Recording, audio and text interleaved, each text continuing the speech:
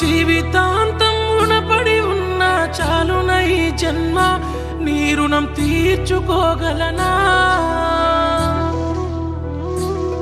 నా భవిష్యత్తుకు